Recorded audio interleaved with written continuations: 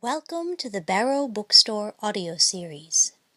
Join us today for a reading of Peter Pan and Wendy, Chapter 1, by Sir James Matthew Barrie.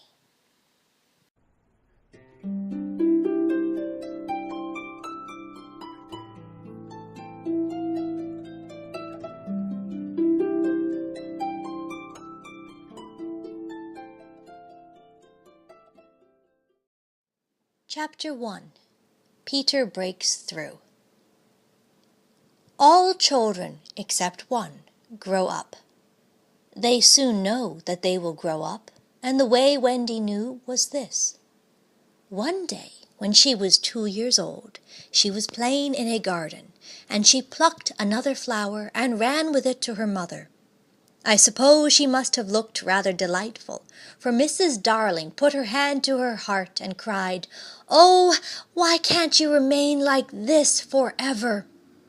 This was all that passed between them on the subject, but henceforth Wendy knew that she must grow up. You always know after you are 2. 2 is the beginning of the end. Of course they lived at 14, and until Wendy came, her mother was the chief one. She was a lovely lady with a romantic mind and such a sweet mocking mouth. Her romantic mind was like the tiny boxes, one within the other, that came from the puzzling East. However many you discover, there is always one more, and her sweet mocking mouth had one kiss on it that Wendy could never get, though there it was, perfectly conspicuous in the right-hand corner. The way Mr. Darling won her was this. The many gentlemen who had been boys when she was a girl discovered simultaneously that they loved her, and they all ran to her house to propose to her except Mr. Darling, who took a cab and nipped in first, and so he got her. He got all of her, except the innermost box and the kiss. He never knew about the box, and in time he gave up trying for the kiss. Wendy thought Napoleon could have got it, but I can picture him trying and then going off in a passion, slamming the door. Mr. Darling used to boast to Wendy that her mother not only loved him but respected him. He was one of those deep ones who knew about stocks and shares. Of course, no one really knows, but he quite seemed to know, and he often said stocks were up and shares were down in a way that would have made any woman respect him. Mrs. Darling was married in white, and at first she kept the books perfectly, almost gleefully, as if it were a game, not so much as a Brussels sprout was missing. But by and by whole cauliflowers dropped out, and instead of them there were pictures of babies without faces. She drew them when she should have been totting up. They were Mrs. Darling's guesses. Wendy came first, then John, then Michael. For a week or 2 after Wendy came, it was doubtful whether they would be able to keep her, as she was another mouth to feed. Mr. Darling was frightfully proud of her, but he was very honourable, and he sat on the edge of Mrs. Darling's bed, holding her hand and calculating expenses, while she looked at him imploringly. She wanted to risk it, come what might, but that was not his way. His way was with a pencil and a piece of paper, and if she confused him with suggestions, he had to begin at the beginning again.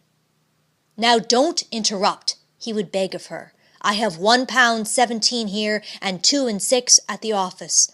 I can cut off my coffee at the office, say 10 shillings, making 2 9 6, with your 18 and 3 makes 397, with 5 0 in my checkbook makes 897.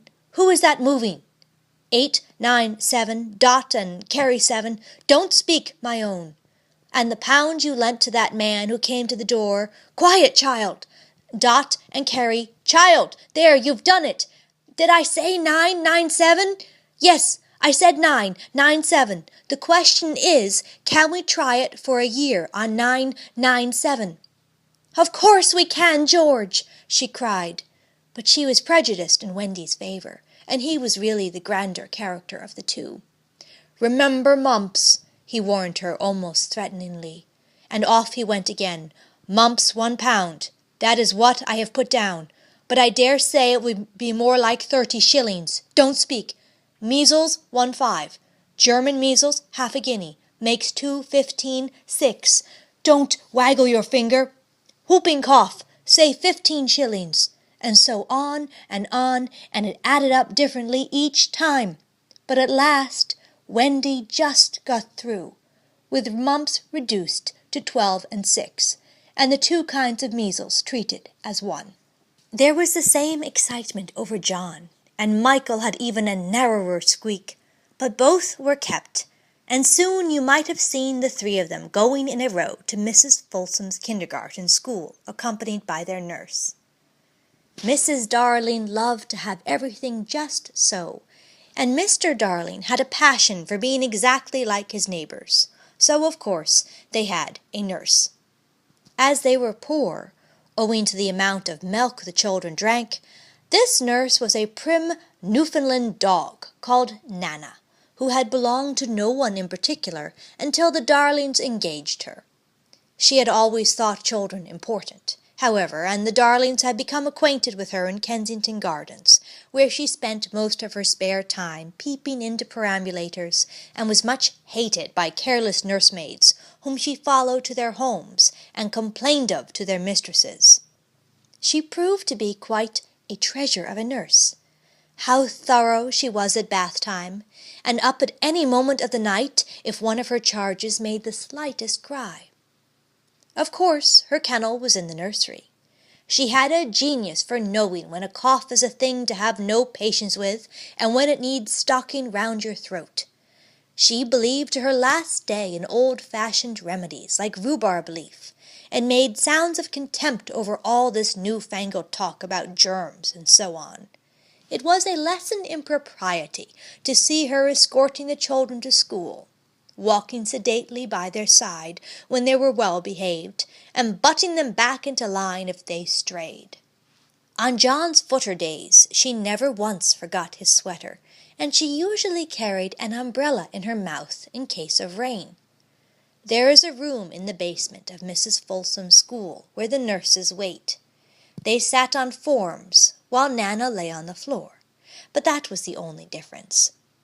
They affected to ignore her as of an inferior social status to themselves, and she despised their light talk. She resented visits to the nursery from Mrs. Darling's friends, but if they did come, she first whipped off Michael's pinafore and put him into the one with blue braiding, and smoothed out Wendy and made a dash at John's hair. No nursery could possibly have been conducted more correctly, and Mr. Darling knew it. Yet he sometimes wondered uneasily whether the neighbors talked. He had his position in the city to consider. Nana also troubled him in another way. He had sometimes a feeling that she did not admire him. "I know she admires you tremendously, George," Mrs. Darling would assure him, and then she would sign to the children to be especially nice to father. Lovely dances followed, in which the only other servant, Liza, was sometimes allowed to join. Such a midget she looked in her long skirt and maid's cap, though she had sworn when engaged that she would never see 10 again. The gaiety of those romps, and gayest of all was Mrs. Darling, who would pirouette so wildly that all you could see of her was the kiss, and then, if you had dashed at her, you might have got it. There never was a simpler, happier family until the coming of Peter Pan. Mrs. Darling first heard of Peter when she was tidying up her children's minds. It is the nightly custom of every good mother, after her children are asleep, to rummage in their minds and put things straight for the next morning, repacking into their proper places the many articles that have wandered during the day. If you could keep awake, but of course you can't, you would see your own mother doing this, and you would find it very interesting to watch her. It is quite like tidying up drawers. You would see her on her knees, I expect, lingering humorously over some of your contents, wondering where on earth you had picked this thing up, making discoveries sweet and not so sweet, pressing this to her cheek as if it were as nice as a kitten, and hurriedly stowing that out of sight. When you wake in the morning, the naughtiness and evil passions with which you went to bed have been folded up small and placed at the bottom of your mind, and on the top, beautifully aired, are spread out your prettier thoughts, ready for you to put on. I don't know whether you have ever seen a map of a person's mind. Doctors sometimes draw maps of other parts of you, and your own map can become intensely interesting. But catch them trying to draw a map of a child's mind, which is not only confused, but keeps going round all the time. There are zigzag lines on it, just like your temperature on a card, and these are probably roads in the island, for the Neverland is always more or less an island, with astonishing splashes of color here and there, and coral reefs and rakish-looking craft in the offing, and savages and lonely lairs, and gnomes who are mostly tailors, and caves through which a river runs, and princes with 6 elder brothers, and a hut fast going to decay, and one very small old lady with a hooked nose. It would be an easy map if that were all, but there is also first day at school, religion, fathers, the round pond, needlework, murders, hangings, verbs that take the dative, chocolate pudding day, getting into braces, say 99, 3d for pulling out your tooth yourself, and so on. And either these are part of the island or they are another map showing through, and it is all rather confusing, especially as nothing will stand still. Of course, the Neverlands vary a good deal. John's, for instance, had a lagoon with flamingos flying over it, at which John was shooting, while Michael, who was very small, had a flamingo with lagoons flying over it. John lived in a boat turned upside down on the sands, Michael in a wigwam, Wendy in a house of leaves deftly sewn together. John had no friends. Michael had friends at night. Wendy had a pet wolf forsaken by its parents. But on the whole, the Neverlands have a family resemblance, and if they stood still in a row, you could say of them that they have each other's nose, and so forth. On these magic shores children play are forever beaching their coracles. We too have been there. We can still hear the sound of the surf, though we shall land no more. Of all delectable islands, the Neverland is the smuggest and most compact. Not large and sprawly, you know, with tedious distances between one adventure and another, but nicely crammed. When you play at it by day with the chairs and tablecloth, it is not in the least alarming, but in the 2 minutes before you go to sleep it becomes very nearly real. That is why there are night lights.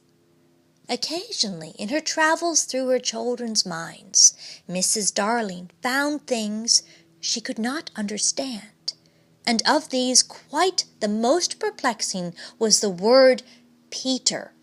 She knew of no Peter, and yet he was here and there in John and Michael's minds, while Wendy's began to be scrawled all over with him. The name stood out in bolder letters than any of the other words, and as Mrs. Darling gazed, she felt that it had an oddly cocky appearance. "Yes, he is rather cocky," Wendy admitted with regret. Her mother had been questioning her. "But who is he, my pet?" "He is Peter Pan, you know, mother." At first Mrs. Darling did not know, but after thinking back into her childhood, she just remembered a Peter Pan who was said to live with the fairies. There were odd stories about him, as that when children died, he went part of the way with them, so that they should not be frightened. She had believed in him at the time, but now that she was married and full of sense, she quite doubted whether there was any such person. "Besides," she said to Wendy, He would be grown up by this time.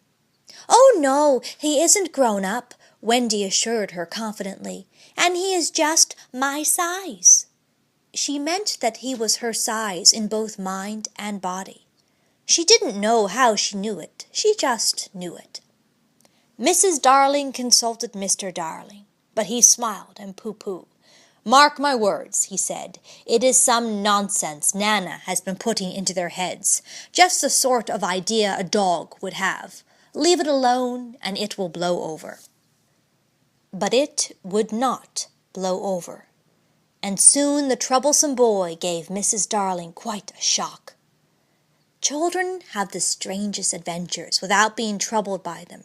For instance, they may remember to mention, a week after the event happened, that when they were in the wood they met their dead father and had a game with him. It was in this casual way that Wendy one morning made a disquieting revelation. Some leaves of a tree had been found on the nursery floor, which certainly were not there when the children went to bed, and Mrs. Darling was puzzling over them when Wendy said with a tolerant smile, "I do believe it is that Peter Pan again." "Whatever do you mean, Wendy?" "It is so naughty of him not to wipe," Wendy said, sighing. She was a tidy child. She explained in quite a matter-of-fact way that she thought Peter sometimes came to the nursery in the night and sat on the foot of her bed and played on his pipes to her. Unfortunately, she never woke, so she didn't know how she knew. She just knew. "What nonsense you talk, Precious! No one can get into the house without knocking." "I think he comes in by the window," she said. "My love, it is 3 floors up." "Were not the leaves at the foot of the window, Mother?" It was quite true. The leaves had been found very near the window. Mrs. Darling did not know what to think, for it all seemed so natural to Wendy that you could not dismiss it by saying that she had been dreaming. "My child," the mother cried, "why did you not tell me this before?" "I forgot," said Wendy lightly. She was in a hurry. "My child," the mother cried, "why did you not tell me this before?" "I forgot," said Wendy lightly. She was in a hurry to get to her breakfast. Oh, surely she must have been dreaming. But on the other hand, there were the leaves. Mrs. Darling examined them carefully. They were skeleton leaves, but she was sure they did not come from any tree that grew in England. She crawled about the floor, peering at it with a candle for marks of a strange foot. She rattled the poker up the chimney and tapped the walls. She let down a tape from the window to the pavement, and it was a sheer drop of 30 feet without so much as a spout to climb up by. Certainly Wendy had been dreaming. But Wendy had not been dreaming, as the very next night showed, the night on which the extraordinary adventures of these children may be said to have begun. On the night we speak of, all the children were once more in bed. It happened to be Nana's evening off, and Mrs. Darling had bathed them and sung to them till one by one they had let go her hand and slid away into the land of sleep. All were looking so safe and cozy that she smiled at her fears now and sat down tranquilly by the fire to sew. It was something for Michael, who on his birthday was getting into shirts. The fire was warm, however, and the nursery dimly lit by 3 night lights, and presently the sewing lay on Mrs. Darling's lap. Then her head nodded oh so gracefully. She was asleep. Look at the 4 of them, Wendy and Michael over there, John here, and Mrs. Darling by the fire. There should have been a 4th nightlight. While she slept, she had a dream. She dreamt that the Netherland had come too near, and that a strange boy had broken through from it. He did not alarm her, for she thought she had seen him before in the faces of many women who have no children. Perhaps he is to be found in the faces of some mothers also, but in her dream he had rent the film that obscures the Netherland, and she saw Wendy and John and Michael peeping through the gap. The dream by itself would have been a trifle, but while she was dreaming, the window of the nursery blew open, and a boy did drop on the floor. He was accompanied by a strange light, no bigger than your fist, which darted about the room like a living thing, and I think it must have been this light that wakened Mrs. Darling. She started up with a cry and saw the boy, and somehow she knew at once that he was Peter Pan. If you or I or Wendy had been there, we should have seen that he was very like Mrs. Darling's kiss. He was a lovely boy, clad in skeleton leaves and the juices that ooze out of trees, but the most entrancing thing about him was that he had all his first teeth. When he saw she was a grown-up, he gnashed the little pearls at her.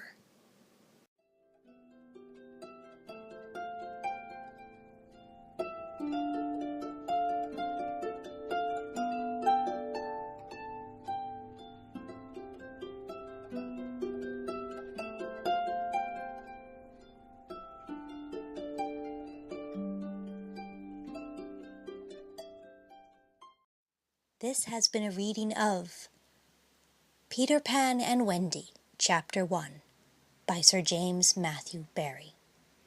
Presented by the Barrow Bookstore, located in historic Concord, Massachusetts, home of the authors. Reading and music by Jamie Lee. Thank you for listening. Join us next week as the Barrow Bookstore audio series continues.